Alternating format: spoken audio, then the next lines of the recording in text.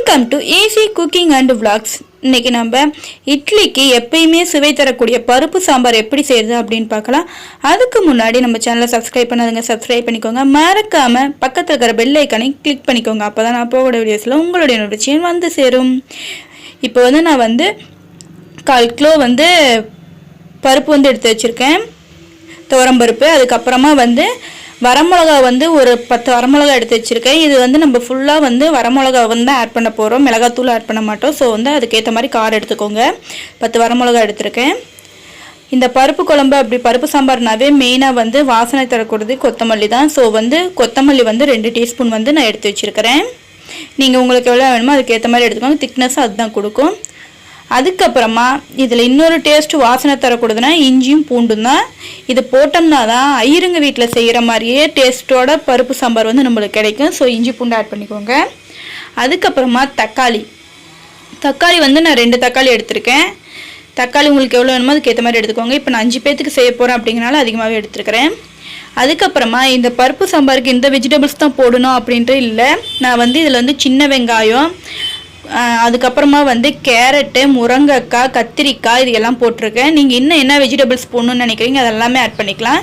இந்த பருப்பு சாம்பாருக்கு ஒரு ஸ்பெஷாலிட்டி என்னென்னா நம்ம கிட்ட இருக்கிற எல்லா வெஜிடபிள்ஸையும் போட்டு செய்யலாம். அதுதான் இதனுடைய ஸ்பெஷாலிட்டியே. அதுக்கப்புறமா இது அரைக்கிறதுக்கு தேங்காய் தேவை. ஸோ நான் ஒரு மூடி தேங்காய் ஃபுல்லாக எடுத்து வச்சுருக்கிறேன். வாங்க இப்போ எப்படி செய்கிறது அப்படின்னு பார்க்கலாம். இப்போ அடுப்பில் ஒரு பாத்திரம் எடுத்து வச்சுக்கோங்க. கடாய் நல்லா சூடான வேட்டி ஆயில் ஊற்றிக்கலாம். ஆயில் நல்லா சூடாகணும். இப்போ நம்ம வச்சுருக்க இன்க்ரீடியன்ஸ் எல்லாம் இதில் பொரித்து எடுக்க வேணும். அதுக்காக தான் இப்போ நான் இஞ்சி பூண்டை போட்டு நல்லா பொரித்து எடுத்துக்கிறேன். இது எப்படி பொரிச்சு எடுக்க எப்படி கண்டிப்பாக நீங்கள் பூண்டு ஒரு மாதிரி ரெட்டிஷாக வரும். அந்த மாதிரி வந்தாவே பொரிஞ்சிடுச்சின்னு அர்த்தம். நீங்கள் எடுத்துக்கலாம். அடுப்பை இந்த மாதிரி பொரிக்கிறப்ப லோ ஃப்ளேமில் வச்சுக்கோங்க.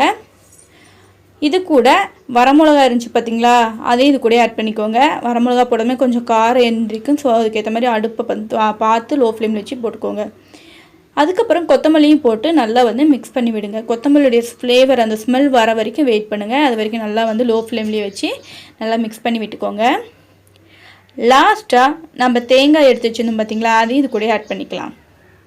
எல்லாத்தையும் ஒட்டுக்காக சேர்த்து மிக்ஸ் பண்ணிக்கிட்டு நல்லா இதனுடைய சூடு ஃபுல்லாக ஆறுற வரைக்கும் வெயிட் பண்ணுங்கள். ஆறுன வெட்டி மிக்சியில் போட்டு நல்லா அரைச்சி எடுத்து வச்சுடுங்க.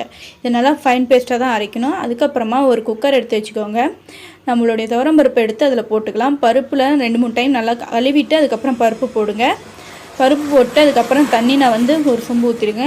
தேவையான அளவுக்கு மஞ்சத்தூள், சீரகம், அவ்வளோதான். இதை போட்டு எல்லாத்தையும் நம்ம மூடி வச்சிட வேண்டியதான். பருப்பு நல்லா வேகணும். அதுக்கு முன்னாடி தக்காளி நான் சொல்லியிருந்தேன் பார்த்தீங்களா, 2 தக்காளி, அதையும் இது கூட ஆட் பண்ணிக்கோங்க. நல்லா தக்காளி சின்ன சின்னதாக ஸ்லைஸாக போட்டாலும் சரி, இது பெருசாக போட்டால் கூட ஓகே, ஒன்றும் பிரச்சனை இல்லை. நான் எப்பயும் போல் 4 பீஸாக கட் பண்ணி அப்படியே போட்டுக்கிட்டேன். அவ்வளோதான். இப்போ நம்ம லெட் போட்டு மூடி ஒரு 4 விசில் விட்டு பருப்பு வேகிற அளவுக்கு விட்டு வேகிச்சு எடுத்துக்கோங்க. நீங்கள் உங்கள் பருப்பு எந்த அளவுக்கு வேகுமோ அதுக்கேற்ற மாதிரி வேகிச்சு எடுத்துக்கோங்க. அவ்வளோதான். இப்போ நம்மளுடைய பருப்பு வெந்துடுச்சு. இப்போ பாருங்கள், பருப்பு நல்லா வெந்துடுச்சு. இது ரொம்ப மையாக வேகணும் பருப்பு, அப்போ தான் நல்லாயிருக்கும். ஓரளவு வாயில் கடிபடுற மாதிரி இருந்துச்சுன்னா நல்லா இருக்காது. ஸோ அதுக்கேற்ற மாதிரி வேவிச்சு எடுத்துக்கோங்க. அதுக்கப்புறமா நம்ம இந்த மாதிரி அடுப்புலலாம் இதில் கடாயில் வதக்கி வச்சுருந்தோம் பார்த்தீங்களா, கொத்தமல்லி, தேங்காய், அது எல்லாம் மிக்ஸில் இந்த மாதிரி நல்லா ஃபைன் பேஸ்ட்டாக அரைச்சி எடுத்துருக்கேன். அதுக்கு முன்னாடி நம்ம வெஜிடபிள்ஸ் இருக்குது பார்த்தீங்களா, அதை பருப்பு வெந்ததுமே வெஜிடபிள்ஸ் அதில் ஆட் பண்ணிக்கோங்க.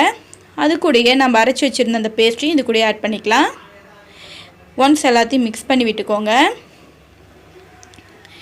இது அப்படியே ஐயருங்குக்கு ஹோட்டலில் கிடைக்கிற ஸ்டைல் குழம்பு மாதிரியே நம்மளுக்கு கிடைக்கும். தேவையான அளவுக்கு உப்பு ஆட் பண்ணிக்கோங்க.